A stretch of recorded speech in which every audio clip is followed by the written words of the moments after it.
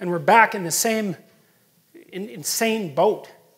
And so, what do I think should be done about that? Well, I've thought about that way before any of this happened, and I think that what we should do about it is we should tell the truth, because there isn't anything more powerful than that. And that's the right theological answer, because the spoken truth brings good into being. Well, that's the phallogocentric idea.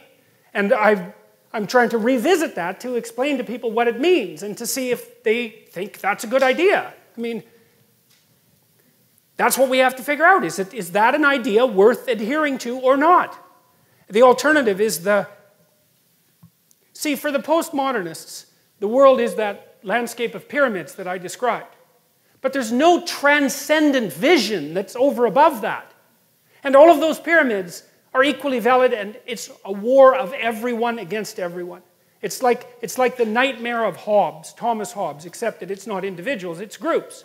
And everyone's a group. You're a group. You're whatever your group is. It's like, that's death as far as I'm concerned. It's utterly reprehensible.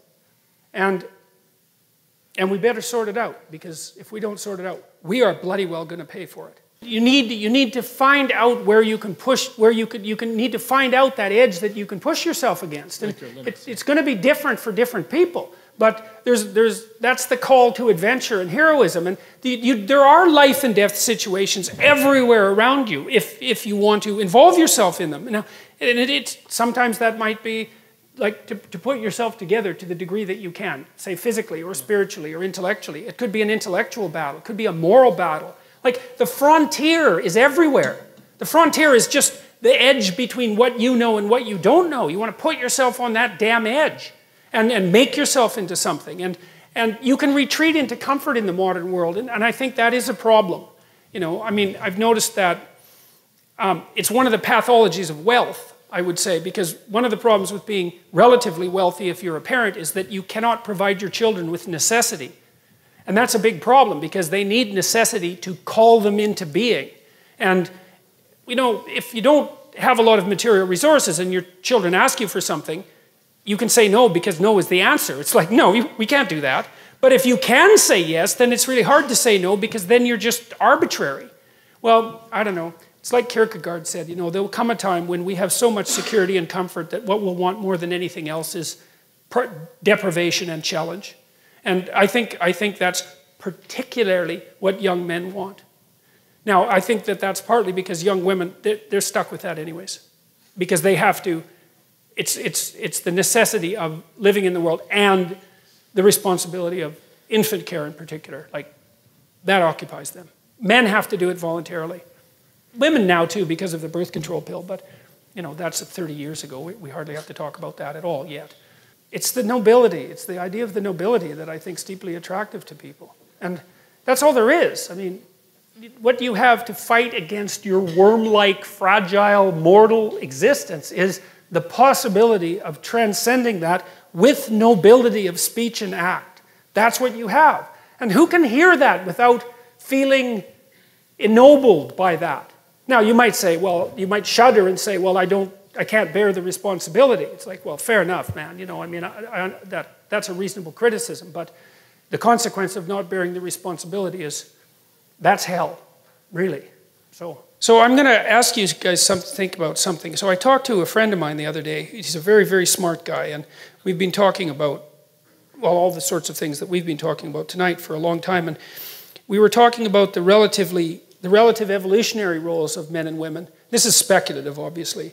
And because our research did indicate, it's tentative research so far, that the SJW sort of equality above all else philosophy is more prevalent among women. It's predicted by the personality factors that are more common among women. So agreeableness and high negative emotion. Primarily agreeableness. But in addition, it's also predicted by being female. And that's interesting, because in most of the personality research that I've done, and as far as I know in the literature more broadly speaking, most of the time you can get rid of the attitudinal differences between men and women, or at least reduce them by controlling for personality. So if you take a feminine man and a masculine woman, then, you know, the poles reverse. But that didn't seem to be the case with political correctness. And so I've been thinking about that a lot because, well, men are bailing out of the humanities like mad. And pretty much out of the universities except for STEM. The women are moving in like mad.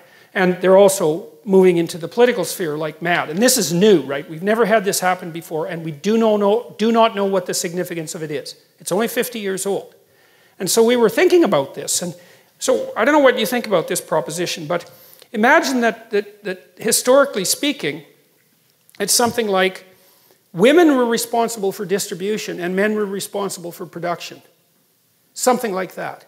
And maybe that's only the case really in the tight confines of the immediate family, but that doesn't matter because that's most of the evolutionary landscape for human beings anyways. What the women did was make sure that everybody got enough. Okay, and that seems to me to be one of the things that's driving, at least in part, the SJW demand for equity and equality. It's like, let's make sure everybody has enough. It's like, well, look, fair enough, you know, I mean, you can't argue with that. But there's an antipathy between that and the reality of differential productivity, you know, because people really do differ in their productivity. So, all right, so to answer your question fully, I do think that the rebellious tendency of adolescence is associated both with that criminality spike, especially among men, and with creativity. Yes. I think that the SJW phenomena is different, and I think it is associated, at least in part, with the rise of women to political power. And we don't know what women are like when they have political power because they've never had it. I mean, there's been queens, obviously, and that sort of thing. There's been female authority figures, and females have wielded far more power historically than feminists generally like to admit. But this is a different thing, and we don't know what a truly female political philosophy would be like. But it might be, especially if it's not been well examined and it isn't very sophisticated conceptually. It could easily be, well, let's make sure things are distributed equally.